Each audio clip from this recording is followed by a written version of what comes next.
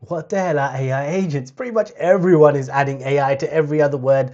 ChatGPT 5 is the next level of AIs, agentic AI, generative AI, AI agents, which we're going to talk about a bit more. Are they killer cyborgs from the future, or are they computer programs which are AI built by another form of AI?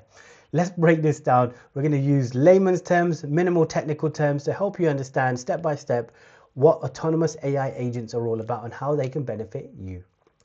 Let's get started.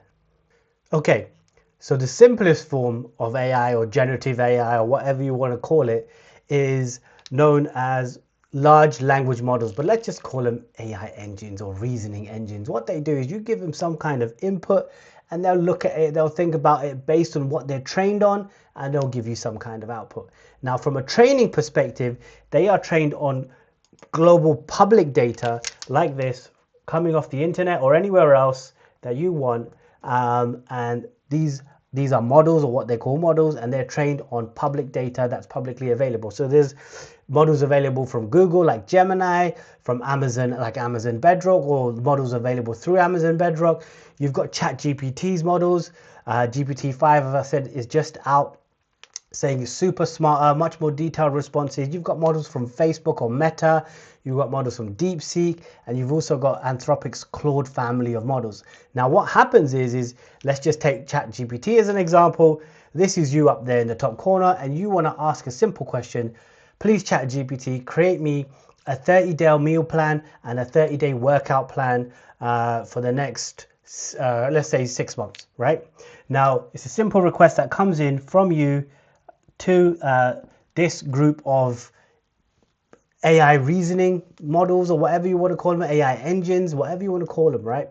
Now, they're taking that input, they'll actually run through based on their training, which is based on global data, world data, whatever that is, documents, novels, books, studies, research, everything that they have access to, that they've been trained on from the global side, and they'll come back with an output. So the output could be a simple text-based output. It could actually even be an image. You might be requesting it to draw you an image based on some of the data that it's been trained on, or it could be, even now you can actually generate video using these type of large language models available from all of the different vendors that you can see on screen, and many more. Simple input, just put that in there. So we've got our input right here coming from you saying I need a 30-day meal plan, and then you've got your output, and that comes back to you. Let's say in text, we'll just use text as an example. Like I said, there's other forms of responses that these types of AIs or generative AI models can actually give you based on their reasoning. So we have our output and we have our input. So now you've got your response and you're good. That's the most basic form. Drop in a question. Please create me this. Please write me an email. Please do this. Please do that. And it will give you a simple text response. It could be, all sorts of number of lines of response. You can even say, just give me a 300-word response. Give me, a 500-page blog based on the following subjects. Take into account the following factors, for example. Simple. Input and output. Trained on global data or globally available data via the internet. Could be anything that you choose to train those models on. Simple, right? Okay. Let's look at the next stage. So the next stage is basically, let's now say that as part of your input, you're also going to say, when you create this 30-day meal plan, please consider the days that I'm traveling for work, or maybe you're on a holiday and you want to have a meal plan that's not so strict, so you can enjoy yourself a little bit. Maybe your training plan is a lot shorter while you're traveling, so 10-15 minute quick workout, and you want the AI to actually consider that fact and consider when you're traveling to actually give you a response according to that. Now, it doesn't have access to your calendar data, so it's going to fail, right? It has access to global data, like I said, this is what it's trained on. It doesn't have access to your private data, like your calendar. Could be your Google Calendar, could be your Outlook Calendar, could be your Microsoft Calendar, whatever that is, it doesn't have access to it. So how do we actually get around a limitation like that? What we can actually do is actually give it access to your calendar or any other form of data that you want it to look at. So let's just call this C. So we have our calendar And the model, and these models now have access to that calendar. And what they can do is, before they actually give you an output, so what will happen is you've got your input coming in. Now, when it reaches this section here, the reasoning part, it will say, oh, I've got access to the calendar. Let me go get that calendar data before I provide a response. So they'll come back here, look at the calendar data, and then once it's happy, it will send you back a response. Simple, right? So now you've given it access to your calendar, so it can actually give you a meal plan and also factor in the days that you're on holiday, for example, or the days that you're traveling, including for your workout plan. Easy peasy. And it will send that back to you, and you've got what you wanted. But you need to give it access to that piece of data, or maybe it's some other form of data. Maybe as an organization or a company, you would like to get a context-aware response, meaning a response based on your organization and your organization's data. So you could have other forms of data stores that are made available to the large language models, or to the reasoning engines, let's just say, and they can actually look at that and give you a context-aware response. Easy peasy, right? But what if I actually don't like the response that's coming back as part of the output? So it comes back to you and you're like, you know what? This is not good enough for me. I need more details, or it's not accounting for my holidays correctly. It's providing me with things that I don't like to eat, or maybe I'm allergic to, maybe I have an allergy and the meal plan doesn't actually fit that. So then you refine your question and you add, here are my allergies, so please don't pick these, blah, blah, blah. I don't like these type of foods. They make me this, they make me that. And then you keep going through that iteration where you, as the person answering the question, keep refining your question until you get exactly what you want. But this is like a small iteration. So we're talking about a simple AI workflow, but you could have AI workflows that actually go through multiple stages. There's still an AI workflow like this. So you can see right now we have workflow, the response goes to the next stage, then it goes to another AI reasoning model, and so on and so on. And they have access to a whole host of other data, but it's still basically some form of AI based workflow, whether it's one step or multi-step. The key thing here is that every time the output comes back to you, it's up to you to think about what the output looks like. Does it make sense for you? And if it's not good enough, rewrite your question, or reword it, change it around, refine it, and run it through that workflow again. This is an AI workflow. Does that make sense? Okay, simple.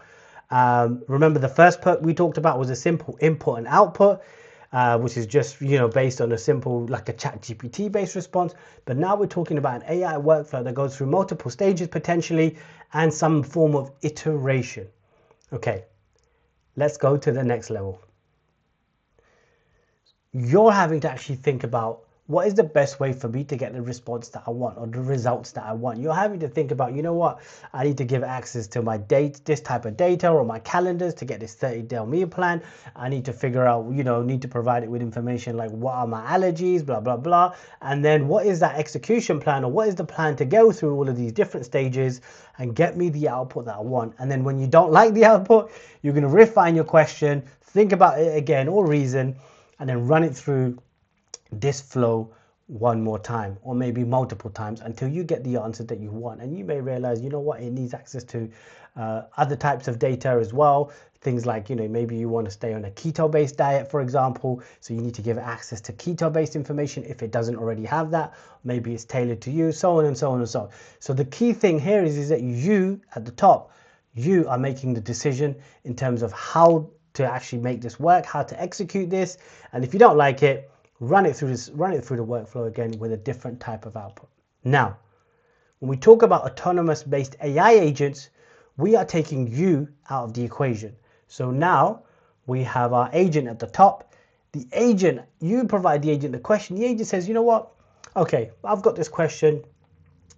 I need to figure out what the best way to execute this is to get the best result. I know what I have available to me in terms of data, calendar, and other types of tooling. So tools up here, it could be Google Sheets, it could be any other tool that you might want to make available to it. It may be some form of data stored in a specific place, but the agent knows what tools it has. It knows what type of data it has available, and it then formulates and thinks about the best way to execute this to give you the response it wants. So it will actually do all of the thinking for you. It will run it through the workflow, provide you with an output. Now, it may even validate that output against certain best practices, but what you can actually do is you can have an auditor type model, let's say from a different organization. So we'll take Meta's Llama models, so we'll just call this Llama. And what they'll do is they'll actually validate the output in terms of that 30-day meal plan and say, you know what, there's some stuff missing. Maybe you've missed a week out or whatever. It will do some kind of validation, auditing, double checking. And if it's not happy, it will send that back through the cycle for a second iteration, so on and so on and so on. So this is being fully automated. We have multiple models here doing a lot of the work, and then we have our model that does the validation and checking against what you've asked for, and that may be based on a list of best practices in terms of benefits for your health, in terms of your personal criteria, weight, height, allergies. It will double check all of that to make sure that the meal plan you get complies with those rules. And then once the auditor, our Llama model from Meta, is happy, it will then send the output back to the agent, who will then pass that on to you as a response. This is a fully automated workflow. You're not having to think about how am I going to execute this? How am I going to get the result that I want? The AI agent is doing the work for you, fully autonomous, based on the request that comes in, or it may be triggered by any other process, for example, and it will continue. So we're talking about reasoning, we're talking about available tooling, we're talking about iterating through the workflow until you continuously until you get the response that you want, that meets the criteria that you want. And that is what an AI agent is all about. If you love the enthusiasm and you love the way that I'm breaking this down for you on the Lightboard, make sure you hit that subscribe button and that like button, and look at some of my other AI based videos that are coming and some of that are already out, and I'll see you guys in the next video.